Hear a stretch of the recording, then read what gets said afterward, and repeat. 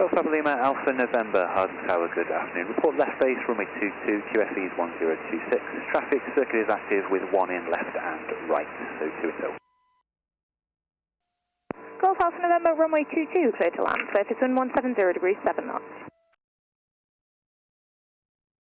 Teesside to Hawarden to see the Belugas, only to get there and find there wasn't any. Could we have saved ourselves the hassle of a potentially wasted trip? Probably. We still had an amazing time, so let's go.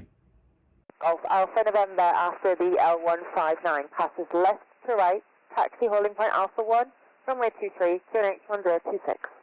Golf Alpha November, the collar and the climb out is turning right to the visual circuit, runway 23, surface wind 200 degrees, 6 knots, clear for takeoff. Clear for takeoff 23, Golf Alpha November.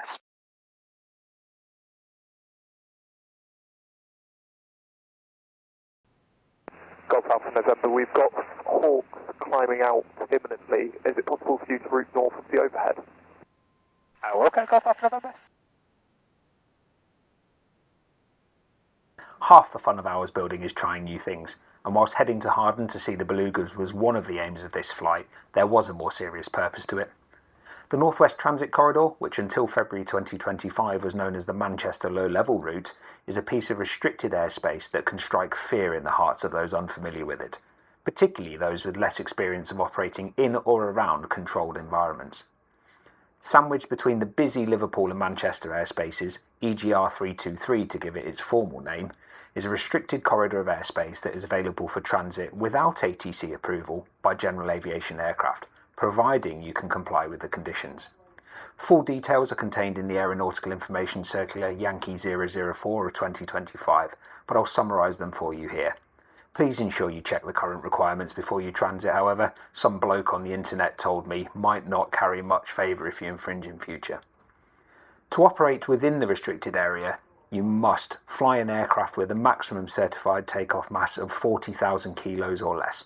Unlikely to be a problem for most of us, but it is a requirement. You do need to maintain a minimum in-flight visibility of 5 kilometres, use the Manchester or Liverpool QNH setting, and fly below an altitude of 1,500 feet, again on the Manchester or Liverpool QNH, not a regional or standard pressure setting, QFE or your moving map height, 1,500 feet on the Manchester or Liverpool QNH. And finally, you have to keep your indicated airspeed below 140 knots. Approaching from the northeast, following a service from Teesside through the Leman zone to Leeds Bradford, I grabbed the Manchester ATIS, and I'm going to split the room here, and I expect a pile of comments, but I requested a basic service from Manchester. The use of frequency monitoring codes is highly recommended in the corridor. 2 codes are provided. Manchester's FMC 7366 on their channel 118.580, and Liverpool 5060 on 119.855. Now, I chose to request a basic service, acknowledging the limitations and demands inherent, for one simple reason. I was unfamiliar with the airspace, my confidence bucket was sitting about 50%. Golf Papa Lima Alpha November, Roger, Squawk 7353, Manchester QNH is 1027, it's a basic service a minute outside the zone. I have to be honest, after working myself up in apprehension about the corridor, I found it pretty unfounded. There aren't many dragons here, but there are some things that are worth noting. Firstly, pre-planning. Like any flight, we should effectively plan. I spent time reading the requirements of the restricted area and had my contingency thought through. What would I do if visibility was below 5 kilometres as I approached the area? What was my final decision point to enter, and what would I need to confirm before entering the restricted area? Spoiler, it was the Winter Hill mast about 5 miles north of the corridor's start, and I stuck a little checkbox of the requirements to tick off on the back of my clock, along with a prompt for an early free to check too. One of the great things about transiting through the route are the excellent visual reference points, and I've got a few of them to show you here. Although it's worth noting, when planning your route, if you're VRP hopping at 1,300 feet southbound, there might well be somebody doing exactly the same thing northbound. Offset your route slightly and keep a sharp lookout. Again, being controversial, I would prefer a northbound and southbound segregation was built into the route, either by altitude or laterally, but that's purely a personal view. Overall, the experience was a positive one. I won't go as far as to say there weren't any dragons. This is a narrow piece of airspace that on a busy day can funnel lots of traffic into a small piece of the world. Acknowledging the dragons, planning ahead and keeping your eyes out of the cockpit whilst paying close attention to your altimeter affords you the opportunity to see some amazing sights transiting between two amazingly busy pieces of airspace. I'm now a lot more confident about it, will have no hesitation about using it again in the future, and next time I'll probably enjoy it even more. Now, back to the Belugas. Hawarden is the UK home of Airbus, and despite having spent most of my career at sea, one thing I haven't managed to see in real life is a beluga, either the mammal or the aircraft, and I'd desperately love to see both. I have to be honest, I knew before leaving Teesside that there weren't going to be any belugas when I got there, but at the exceptionally well-appointed Chocks Away cafe, I spoke with another pilot who didn't, and had come somewhat on a wing and a prayer to see one. There are two sources of information about belugas that I found really useful in my planning, and I'll caveat it with, like all things in aviation, everything is subject to change.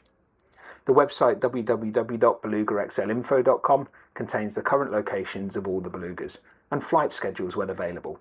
It's updated regularly with those details. Secondly, and for those who use social media, the Facebook group Beluga XL Hawarden (CEG) is fabulous, an unofficial source of all things belugas. It's updated with anticipated Hawarden arrivals and departures most nights in the early hours.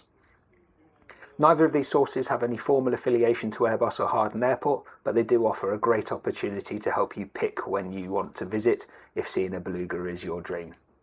As with everything in life, please be respectful, make sure you're being appropriate when taking photos, and if you're piloting, don't let snapping a photo on finals or departure override doing what's most important. If, like me, you chose to head to Hawarden on a day where there's no belugas, you're still in for a treat. I can honestly say the welcome and services at Hawarden are some of the best I've experienced in my hours building time. The team at Aviation Park Group was simply fabulous. From requesting PPR through to marshalling to stand, then taking the aircraft, fueling it and parking it up for me whilst I grabbed something to eat, nothing was too much effort. Their pilot lounge is exceptionally well presented, and considering that for aircraft of less than 3,000 kilos, the handling and services are all included in the £29 landing fee, it's hard to beat. I'll certainly be heading back to Hawarden next time when there's a better chance of spotting a beluga. I'll be sure to visit the Chocks Away Diner again.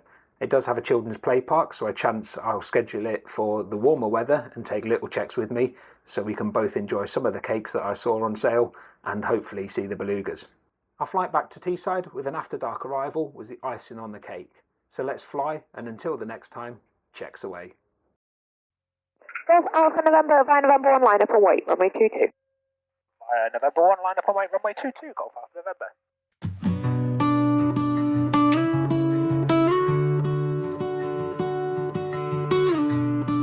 Golf Alpha November, runway 22, clear for takeoff, surface wind 160 degrees 4 knots. Snow falls soft outside tonight, oh so still. Firelight paints the room so bright, I feel a chill. Remember summer days, now frozen haze. Fireplace burning low, tell me stories I don't know. Whispers in the glow. Fireplace, empty cups and books on shelves, dusty and old. I imagine happy elves and stories told. Fireplace burning low,